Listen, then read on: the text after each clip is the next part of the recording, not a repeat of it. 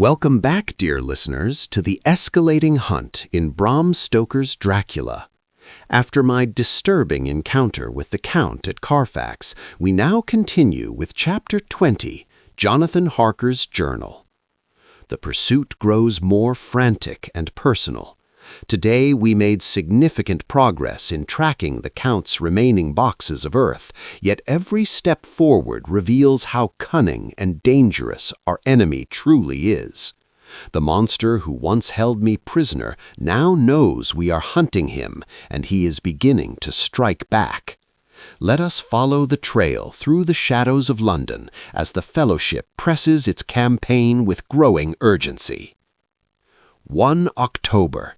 Evening.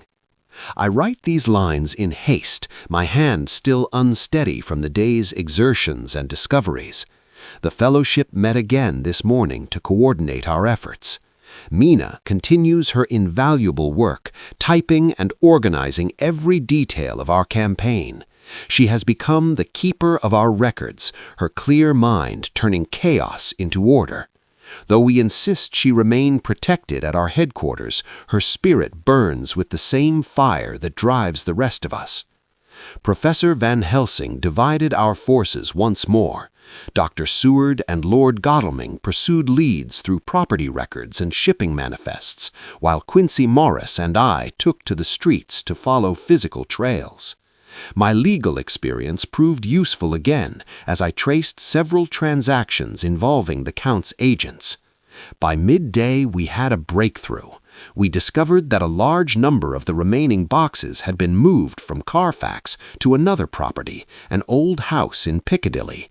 The Count is consolidating his sanctuaries, perhaps sensing our pressure. We immediately set out to investigate. The Piccadilly house was even more forbidding than Carfax, a tall, gloomy building in a once fashionable street that had fallen into neglect. Using information from the deeds, we gained entry under cover of late afternoon. Inside, the air was thick with the same foul odor of grave earth and corruption we had encountered before. In the cellar and several upper rooms, we found more of the great wooden boxes. Some were freshly moved, the earth still dark and moist. Van Helsing, who joined us later, worked with fierce concentration, crumbling sacred wafers into each box and sealing them with prayer. Each time he did so, I felt a small surge of triumph, another sanctuary denied to the monster. As night approached, however, the atmosphere grew oppressive. The rats returned in greater numbers, swarming across the floors as though driven by an unseen command. Then came a moment that sent ice through my veins. From an upper window, I caught a glimpse of a tall figure moving swiftly across the street below. The Count himself, dressed in black, carrying a heavy bundle. He moved with unnatural speed and disappeared into the fog. I shouted to the others, but by the time we reached the street, he was gone. We pressed on with our work, determined not to be deterred. Van Helsing warned us repeatedly. He knows we are close. He will try to divide us or strike at what we love most. We must remain vigilant, especially for Madame Mina's safety. 2nd October. Late night. The discoveries of the day have left me both encouraged and deeply troubled. We have now located and sterilized a large portion of the Count's boxes. According to our calculations, only a few remain unaccounted for. If we can find and neutralize those last sanctuaries, the Count will be severely weakened, forced to return to his last remaining refuge or risk destruction in daylight. Yet the Count is fighting back with cunning. Reports are increasing of strange nocturnal activities in the poorer districts, children found with throat wounds, women fainting from sudden anemia, and sightings of a tall, pale stranger moving through the fog. He is feeding more aggressively, perhaps to regain strength lost from the boxes we have ruined. Mina has been working tirelessly on our records. Tonight, as I returned exhausted, she greeted me with her usual warmth and courage. She showed me the latest typed pages, a complete chronicle of our campaign so far. Her eyes, however, betrayed her worry. She confided in me that she has begun having strange dreams, dreams of red eyes and a commanding voice calling to her in the darkness.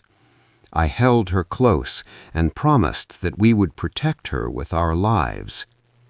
Van Helsing examined her carefully and expressed concern. He believes the Count may attempt to reach her through psychic influence, just as he influenced Lucy. We have redoubled our guards around her and placed garlic and sacred symbols in her room. The professor spoke to us all with grave authority before we retired. My friends, the end game approaches. The Count is cornered but dangerous. He has centuries of experience and the powers of darkness on his side. We must be ruthless in our pursuit. Find the last boxes, destroy them. Then we must confront the monster himself and drive the stake through his heart or cut off his head, as we did for poor Lucy. I feel the weight of responsibility heavier than ever. The young solicitor who once trembled in Castle Dracula is now one of the leaders in this holy war. Every night I pray for strength, not only for myself, but for Mina, who has become the heart and soul of our group. I end this entry with a solemn vow, written in the margin with extra emphasis. The Count has taken enough from us. He has taken Lucy. He has nearly taken my sanity. He will not take Mina. He will not spread his curse across England. With God's help and the brave men beside me, I will see this monster destroyed forever. That was Chapter 20 of Dracula. Jonathan Harker's journal entries that show the hunt entering a more desperate and personal phase. We witnessed the discovery of new hiding places in Piccadilly, the continued sterilization of the Count's earth boxes, the growing reports of his nocturnal feeding, and Jonathan's renewed sense of purpose mixed with deep concern for Mina's safety. Bram Stoker masterfully increases the tension by bringing the pursuit into the heart of London and making the threat feel immediate and intimate. The Count is no longer passive. He is reacting, moving his boxes, feeding aggressively, and beginning to reach towards those the hunters love most. The fellowship is stronger than ever, yet the danger is sharper. Mina's strange dreams hint at psychic danger, and the remaining boxes must be found quickly before the Count can regain full strength. Stay with us for Chapter 21, where the campaign reaches a critical and terrifying turning point, and the Count makes a direct and horrifying move against the group. Thank you for following Jonathan Harker through these fog-shrouded streets and into the Count's hidden lairs. If this chapter filled you with urgency or sent a fresh chill down your spine, please like, subscribe, and ring the bell so you never miss another entry from these journals of courage and vengeance. The hunter draws closer, but the vampire still has teeth. Until next time, watch the shadows in Piccadilly and never let your guard down when the fog rolls in.